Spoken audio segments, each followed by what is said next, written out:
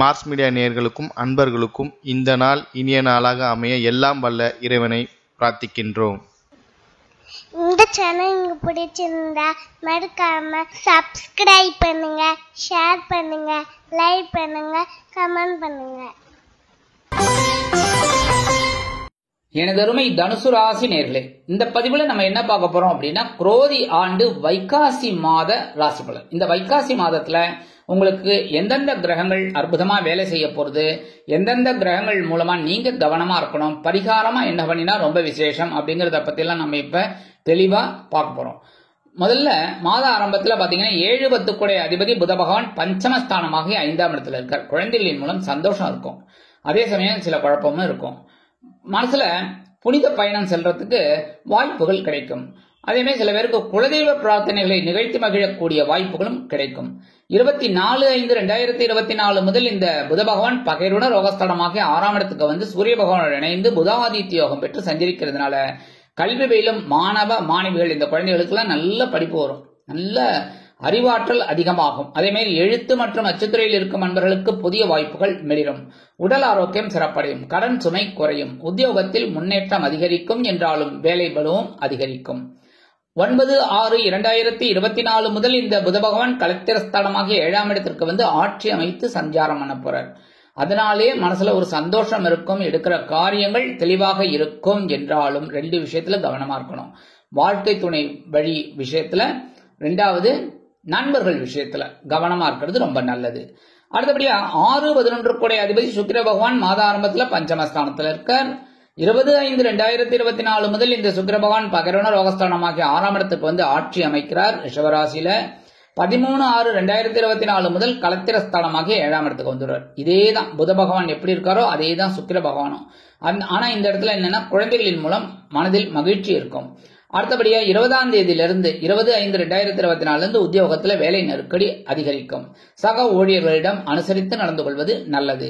அதே மாதிரி 13/6/2024 கலத்திரஸ்தானமாக 7ஆம் இடத்துக்கு வரதுனால மறுபடியும் அந்த 2 விஷயத்துல கவனமா இருக்கணும். அந்த 2 விஷயத்துல கவனமா இருக்கணும். என்ன அப்படின்னா, 1 வாழ்க்கை துணை உடல் ஆரோக்கியம், 2 நண்பர்கள் விஷயம். இந்த 2 விஷயத்திலையும் கவனமா இருந்தா ரொம்ப நல்லது. 5-10 கூடை அதிபதி செவ்வாய் பகவான் மாத ஆரம்பத்தில் சுகஸ்தானமாக 4ஆம் இடத்துல இருக்கார். சில பேருக்கு வீடு கட்டும் ஆசை நிறைவேறும். அதே மாதிரி வீடு மனை வாகனம் வாங்குற ஆசையும் நிறைவேறும். குழந்தைகளின் மூலம் இருந்து வந்த குழப்பங்கள் நீங்கும். வெளியூர் அல்லது வெளிநாட்டு பயணங்களின் மூலம் உங்களது வாழ்க்கையில் சில நல்ல திருப்பங்களை எதிர்பார்க்கலாம். அதே நேரத்துல சில பேருக்கு எடுக்கிற சில காரியங்கள் அற்புதமாக நிறைவேறும். உற்றார் உறவினர்களின் முயற்சிகள் மூலமாக சில முக்கிய நபர்களை நீங்கள் சந்திக்க நேரிடலாம். அதே மாதிரி தொழில் வியாபாரம் நல்லபடியா நடக்கும். சில பேருக்கு புதிதாக தொழில் தொடங்கக்கூடிய வாய்ப்புகள் உருவாகும். உத்தியோகத்தில் நீங்கள் எடுக்கும் சில காரியங்களுக்கு மேலதிகாரிகள் அனுசரணையாக நடந்து கொள்வார்கள்.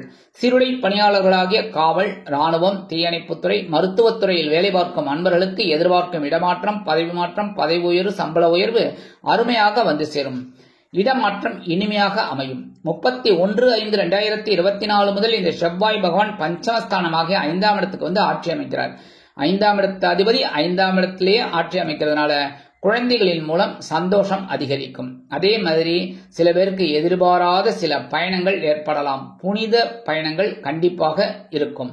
அதே மாதிரி இந்த காசி, ராமேஸ்வரம், கயா இதுக்கெல்லாம் போயிட்டு வரணும்னு நினைக்கிறவா தாராளமா இந்த நேரத்தை நீங்க உபயோகப்படுத்திக்கணும், போயிட்டு வாங்கோ. அதே சமயம் எடுக்கிற காரியங்கள் இப்ப அற்புதமா நிறைவேறும். பாக்கியாதிபதி சூரிய பகவான் 6ஆம் இடமாக பகைருண ரோகஸ்தானத்துல இருக்கார். அதனாலேயே உங்களுக்கு முயற்சிகள் பலிதமாகும். தந்தையார் ஆதரவாக இருப்பார்கள். தந்தை வழி உறவினர்கள் ஆதரவாக இருப்பார்கள். உத்தியோகத்தில் மறைமுக எதிர்ப்புகளை விலக்கி அதற்குண்டான ஒரு மதிப்பை நீங்கள் பெறுவீர்கள். சக ஊழியர்கள் அனுகூலமாக இருப்பார்கள். அதே மாதிரி உடல் ஆரோக்கியம் சிறப்படையும். மருத்துவ செலவுகள் குறையும். கடன் சுமை குறைவதற்குண்டான வாய்ப்புகள் அதிகரிக்கும். வருமானம் வந்து சேரும். எடுக்கிற காரியங்கள் இப்பொழுது அற்புதமாக நிறைவேறும். மனசுல ஒரு தைரியம் இருக்கும். சாயா கிரகமான ராகு பகவான் சுகஸ்தானமாகிய 4ஆம் இடத்துல இருக்கார். கேது பகவான் ஜீவனஸ்தானமாகிய 10ஆம் இடத்துல இருக்கார். பொறுப்புகள் பொறுப்புகள் பொறுப்புகள். எந்த ஒரு விஷயத்திலையும் உத்தியோகத்துல பொறுப்புகள் அதிகரிக்கும், தொழில் வியாபாரத்துல பொறுப்புகள் அதிகரிக்கும். ஏன்னா உங்களை தான் கூப்பிட்டு இவர் தான் நல்ல கரெக்டா பண்றாரு அப்படின்னு சொல்லி உங்களுக்கு தான் அந்த பொறுப்புகள் எல்லாம் தேடி வரும். அதெல்லாம் நீங்க கவனமா எடுத்து அற்புதமா செஞ்சீங்கன்னா முன்னேற்றம் இருக்கு. அதே சமயம் ஆன்மீக விஷயங்களில் நாட்டம் கொண்டீர்கள் என்றால் கண்டிப்பாக எல்லா விஷயத்திலும் உங்களுக்கு வெற்றிகள் குவியும். அதே மாதிரி உறவுகள் மூலமாக சில குழப்பங்கள் இருக்கலாம் என்பதால் உறவுகளிடம் தேவையற்ற பிரச்சனைகளை தவிர்ப்பது நல்லது. உற்றார் உறவினர்களை அனுசரித்து நடந்து கொள்ளுங்கள். வெளியூர் அல்லது வெளிநாட்டு பயணங்களின் மூலம் சில நன்மைகள் எதிர்பார்க்கலாம் என்றாலும் கூடுமானவரை கவனம் அவசியம். அதே மாதிரி வெளியூர் போய் படிக்கணும், வெளியூர் போய் உத்தியோகம் பார்க்கணும், வெளிநாடு போய் உத்தியோகம் பார்க்கணும், வெளிநாடு போய் படிக்கணும்னு நினைக்கிற குழந்தைகள்லாம் தாராளமா இந்த நேரத்தை அவங்க எடுத்துக்கலாம். ராசிநாதனும் சுகாதிபதியுமான குரு பகவான் 6ஆம் இடமாகிய பகைருண ரோகஸ்தானத்துல இருக்கார். குரு பகவான் 6ஆம் இடத்துல இருக்கிறது மத்தியமமான பலன்தான். அதே சமயம் நீங்க எடுக்கிற காரியங்கள்ல ரொம்ப கவனமா இருந்தாலே சிறப்புகள் உண்டாகும். அதே சமயம் சுகாதிபதி 6ஆம் இடத்துல இருக்கிறதுனால சுகத்தை சில நேரங்கள்ல கெடுப்பார். எப்படின்னா உத்தியோகத்துல வேலை நெருக்கடி அதிகமாறதுனால நீங்க அந்த நேரத்துக்கு சாப்பிட முடியாது. அந்த மாதிரி ஒரு சிச்சுவேஷன் வருங்கிறதுனால கொஞ்சம் கவனமா இருந்து உடல் ஆரோக்கியத்துல சிறப்பாக எடுத்துக்கிறது நல்லது. அதே சமயம் எல்லா முயற்சிகளிலும் சில நேரங்களில் காலதாமதம் ஆகலாம். இருந்தாலும் குருவோட பார்வை அப்படிங்கும் போது உங்களுடைய ஜீவனஸ்தானமாகிய 10ஆம் இடத்துல ஒரு பார்வை, அதாவது 5ஆம் பார்வை விழறதுனால தொழில் வியாபாரத்தில் இருப்பவாளுக்கெல்லாம் நல்ல ஒரு முன்னேற்றம் உண்டாகும். உத்தியோகத்தில் இருக்கிறவாளுக்கு பொறுப்புகள் இருந்தாலும் அதை சிறப்பாக செய்யக்கூடிய ஒரு வாய்ப்புகளும் குரு பகவான் தனது 5ஆம் பார்வையாக கொடுப்பார். அதே சமயம் அடுத்து 7ஆம் பார்வையா உங்களோட விரயஸ்தானமாகிய 12ஆம் இடத்துல விழறதுனால சில பேருக்கு இடமாற்றங்கள் இனிமையாக அமையும், சில பேருக்கு செலவுகள் கண்ணாபின்னான்னு வரும்.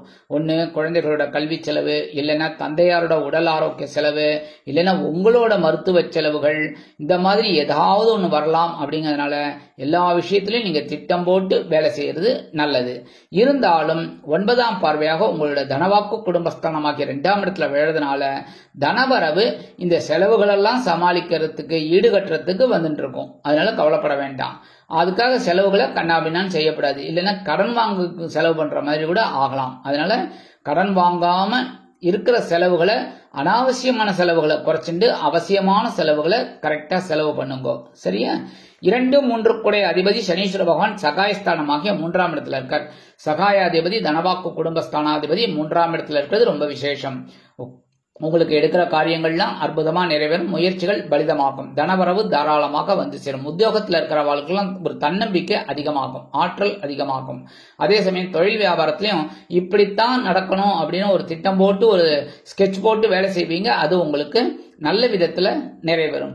சில பேருக்கு இளைய உடன்பிறப்புகள் அனுகூலமாக இருப்பார்கள். இளைய உடன்பிறப்புகளின் மூலம் சில நன்மைகளை நீங்கள் எதிர்பார்க்கலாம். சரி, பரிகாரமா என்ன பண்ணினா ரொம்ப விசேஷம் அப்படின்னா எம்பெருமான் முருகப்பெருமான வழிபாடு பண்றது ரொம்ப நல்லது. ஏன்னா முருகப்பெருமான் உங்களுக்கு 4ஆம் இடமாகிய சுகஸ்தானத்துல இருக்கார். அதுக்கு அடுத்தது பஞ்சமஸ்தானமாகிய 5ஆம் இடத்துக்கு வந்துட போறார். அதனாலேயே முருகப்பெருமான வழிபாடு பண்ண செவ்வாய் பகவான் உங்களுக்கு ரொம்ப அனுகூலமா இருப்பார். அதுக்கு அடுத்தபடியா குரு சுக்கிரனை வழிபாடு பண்ணணும். என்ன அப்படின்னா நவ கிரகங்களில் உள்ள குரு பகவானுக்கு நீங்க வாரம் வியாழக்கிழமை அர்ச்சனை பண்றது ரொம்ப நல்லது. அர்ச்சனை பண்றதுக்கு காசாகுமே, செலவு பண்ண எனக்கு அவ்வளவு வசதி இல்லையேன்னு நினைக்கிறவா நெய் தீபம் போடுங்கோ. அதுவும் என்னால முடியாது சுவாமி, நான் ரொம்ப பரம ஏழை அப்படின்னா தாராளமா 9 சுத்து சுத்துங்கோ. குருவை நேருக்கு நேர வழிபாடு பண்ணிட்டு வாங்கோ. மனசுல இருக்கிற குறைகள் தீரும்.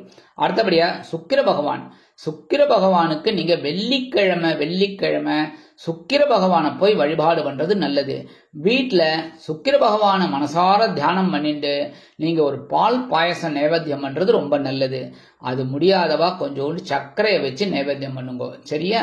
இந்த மாதிரி சின்ன சின்ன பரிகாரங்களை நீங்கள் செய்ய குரோதி ஆண்டு வைகாசி மாதம் ஒரு அற்புதமான மாற்றம் தரும், முன்னேற்றம் தரும் மாதமாக அமையும் என்று கூறி விடைபெறுகிறேன். நன்றி, வணக்கம். மீண்டும் ஒரு அருமையான பதிவில் நான் உங்களை மனமகிழ்ச்சியோடு சந்திக்கிறேன். வாழ்த்துக்கள்.